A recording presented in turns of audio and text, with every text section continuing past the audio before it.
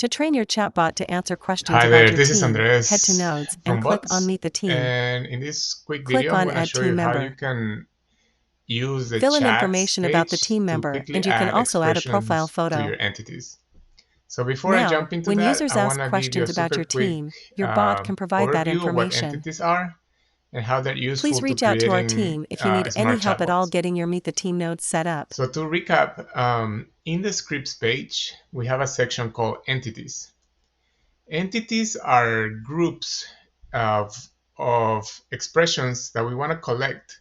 So when the chatbot recognizes an expression, it can assign it or identify it as part of something. So for instance, an example of this one is a group of strains. For this particular chatbot, we want to be able to match symptoms that the user may enter into a recommendation that the chatbot can give the user.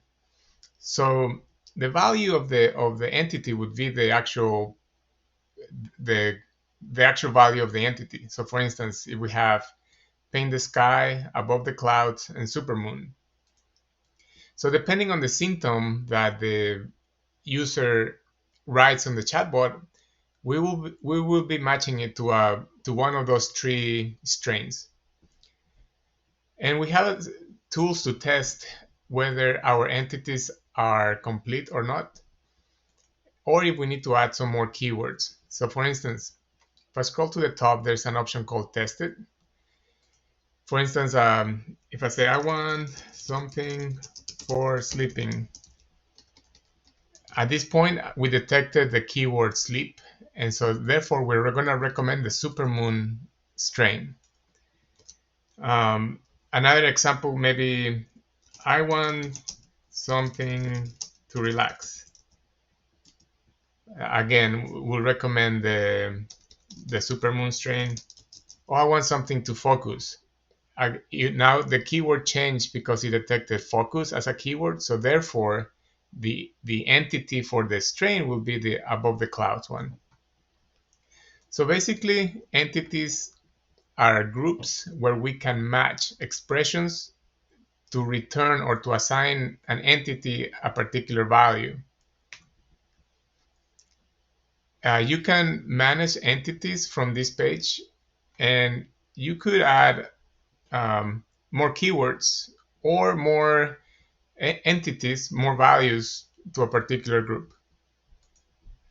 So now let's go to the chat page and see how we can add a keyword to the entities.